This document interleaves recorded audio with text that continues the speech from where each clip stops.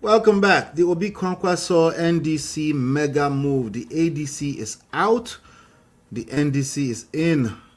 Peter Obi and Rabiu Kwankwaso have officially joined forces to create the last resistance.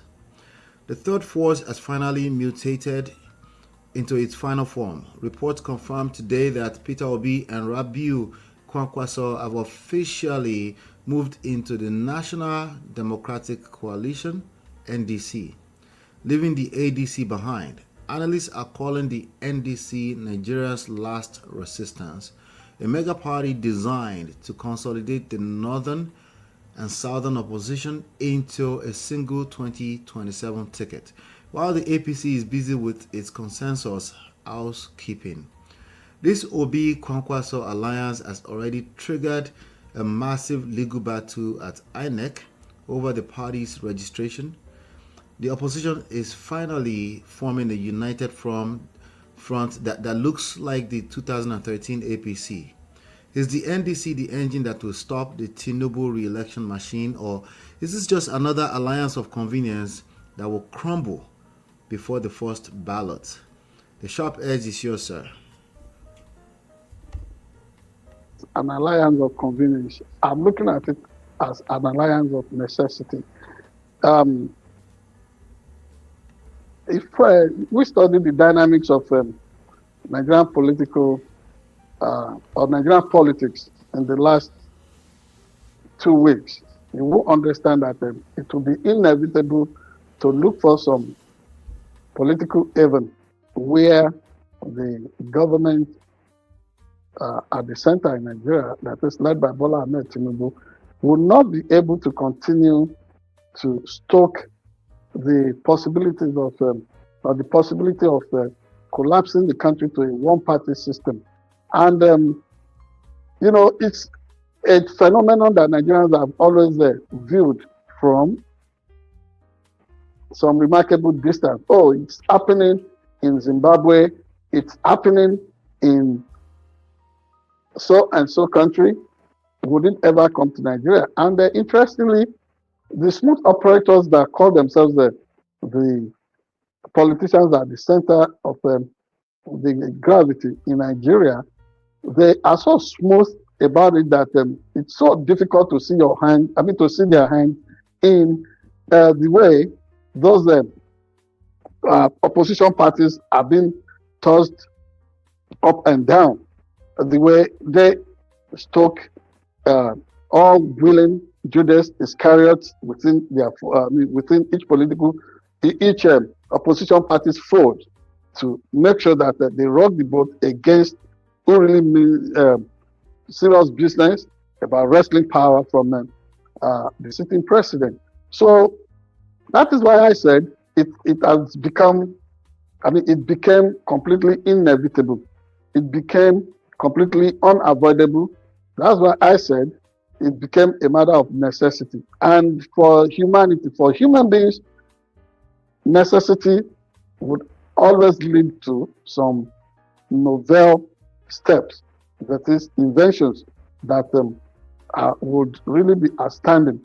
And as it is today, when people are saying ADC is out and it's a Nigerian Democratic Congress, I do not know if ADC is completely out. But even at the time, the People's Redemption Party, that is probably the oldest political movement, or the oldest political movement in Nigeria, right from the First Republic to date, the Aminu Kano consciousness, which started during the Northern Elements Progressive Union.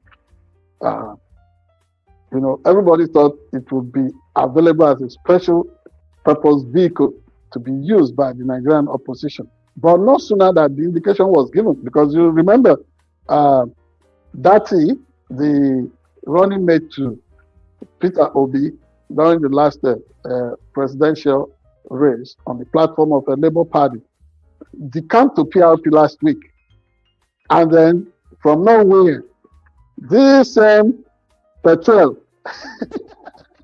of a Nigerian political family read their ugly head within PRP as they started their battle royale. Don't forget that these same elements that went into hibernation, they were there against Mr. Kola Abiola, son of uh, Nigeria's elected but denied presidential hopeful, 1993 GCFR.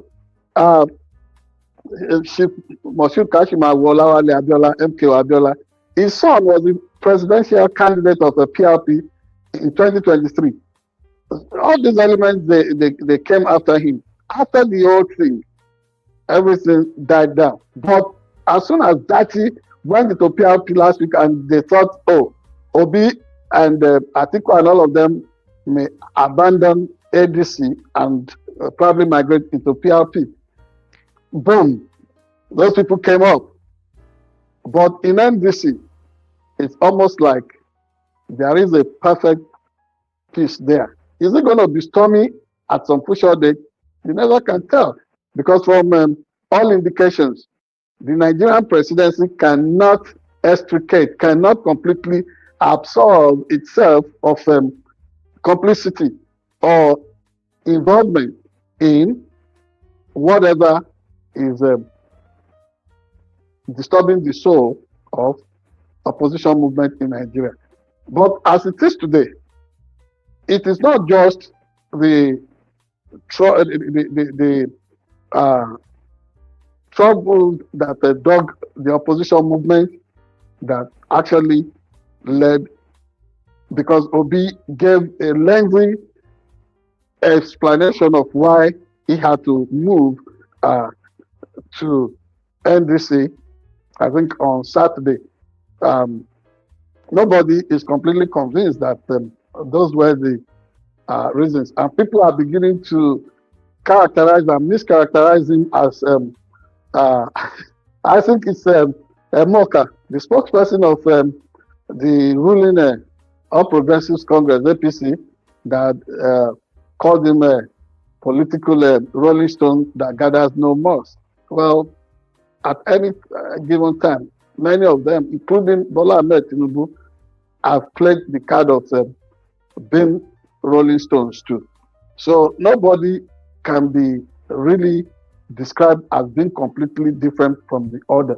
But the situation here is that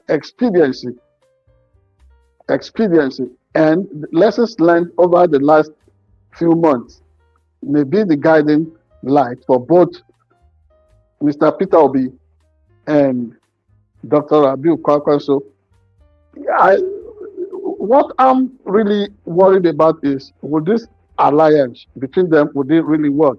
And then what is the prospect? Because the fear of a complete takeover of the structure of ADC was what probably informed from what observers have noted, what they have concluded. The beginning of wisdom for Peter Obi and Obi-Kwankwaso was the manner and fashion in which former Vice President Atiku Abubakar completely overwhelmed and took over the structure of African Democratic Congress beyond all the court encumbrances placed on their way. And lessons learned from all this is that whether you are Alexander the Great conqueror in history, you are Julius Caesar, or you are Mobutu Sese Seko, you are Kwame Nkrumah, or Gentuso Tafawa Balewa, who himself had his own consuming ambition with Ahmadu Bello in taking over completely and enveloping the Nigerian landscape with their own impressions. Nobody lives in power forever. Nobody lives in power forever. The only eternal king that's been so pronounced, whether in the spiritual or in the physical, has been Jesus Christ. And he's been here once, he's died for humanity once, he's said to have been caught up in the heavens, said to be coming back again. If Tinubu thinks he's going to be the new Jesus Christ or Prophet Muhammad. No, that is the thought that must be perished.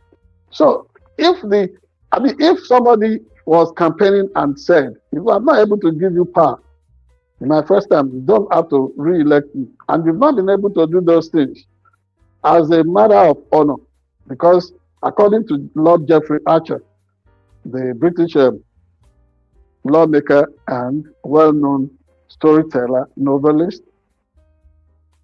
even among thieves, there is honor. But politicians, if we must consider them without them really considering, if they don't like to be seen as thieves, shouldn't there be some measure of honor amongst them? The list that Tinubu could have done in view of the hardships all over Nigeria, economic and otherwise, socio-economic hardships all over the place, would be to want to say, oh, I throw in the towel, this is too much for me. But then, as a matter of honor, if he doesn't think that he should throw in the towel, then he should make the whole place, the field, a level one for everybody. Let everybody come in. You don't need to take over the reins or the structure of the opposition political parties. Let everybody thrive. I think when that happens, people like Peter Obi, Obi-Kwankwaso, Atiku Abubakar, Rotimi, Amechi, and all of them would have their peace. That's my take. All right, that's fair. I'm looking at a post on a blog. Peter Obi's former running mate, Dati. Yes. Former vice president candidate Dati Baba Ahmed has expressed doubts over the chances of Peter Obi securing northern support ahead of the 2027 elections. And I quote, "I, as much as possible, try to avoid names at this stage or the politics of everyone, but it is very unlikely that the North will rally around, okay?" Dati said firmly. Speaking in a recent interview, Dati said his position remains a personal opinion, noting that he still maintains, and I quote, "an excellent relationship and much respect for key political figures involved." He revealed that as far back as January 31st, 2024, he had advised Obi to begin strategic political alignment. According to him, I told him, and I quote, "Your Excellency, from this point, there is Obi-Kwankwaso, there is Nasser El-Rufai. I would like to suggest that you approach them." Dati added that his advice was rooted in long-term political planning, stressing, and I quote, "If in 2024 you cannot plan 2027, I'm sorry, I can't continue to be with you." He noted that Obi is now moving politically alongside Kwankwaso, but questioned the viability of the alliance. Will it work?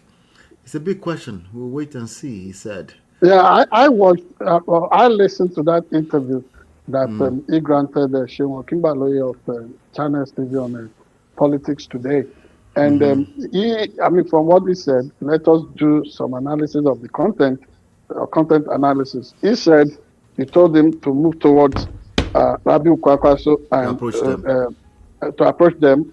Now he's with Obi-Kwankwaso. Nasir Rufai is in custody, being held for certain allegations, including the one of listening in on this or tapping the conversation of the National Security Advisor. Fine. So you will ask, if you want him to be with two people, and it's around one now, the other one that is, out of action is somewhere. So what is the heck? And he has even said it himself that it's a personal view. The days ahead would tell. Let us see the way things play out. Let us see the way things pan out. The way it is, nobody can say precisely that. Because people say, 24 hours. It's like eternity in politics. Anything can change. Look at the way things are taking a flip in the last 74 hours. So the days ahead will tell if Peter Obi would be able to nail it concerning relationships between him and Rotimi Amechi and former Vice President Atiku Abubakar, Obi-Kwankwaso, and others. But understand that part of what the now they're talking of OK movement, that is Obi-Kwankwaso movement, not Obi Dati anymore. But the obedience movement, what they have been accused of, and which they probably are guilty of, is that they insult virtually everybody, and that they picked on Rotimi Amechi, and that part of the reasons why Peter Obi moved out of ADC was because of the way he's been treated so far and all that. Well, we would see. Well, I'm tempted. I'm tempted to say the same thing, but it's just the nature of the internet. I'm tempted to say the obedience are just like the rattles, the VDM rattles, who have some favorite. They have some favorite choices of words for us, by the way, in our comments because of the segment that wasn't a real segment from last week. But it's just what's that choice of word for us? Let me know. I'll tell you in the special. But but that's the nature of the internet. It's a lot of weirdos on the internet. There's no. And unless you can afford yourself some self-deprecation, develop very strong sense of humor in response to whatever they say. Exactly. You may just find out that you yourself, that energy is sucking you in. Precisely. And, it's never that deep. Absolutely not. God forbid. Yeah, you deserve better than that. And you know us here. We just look at it, we bump it off. Yep. And we are focused decidedly on shaping opinion and making sure that things improve for the better, whether in the United States or in Nigeria and the world at large. Yeah. And if you can't listen for at least 3 minutes straight, it's not that's not our problem. To get context of what is being said, that's your personal problem. To put context to the content. I can't help you with that. Yeah. All right. Thank you, ladies and gentlemen. Join the conversation. Feel free to join the conversation. We will laugh with you. It's not a big deal. But if you want to join the conversation, we'd like to hear from you. But take some time to listen to at least 3 minutes before you formulate an opinion. It will help you. We are okay regardless. Thank you, ladies and gentlemen. We have the weekly special coming right up, and we'll be right back.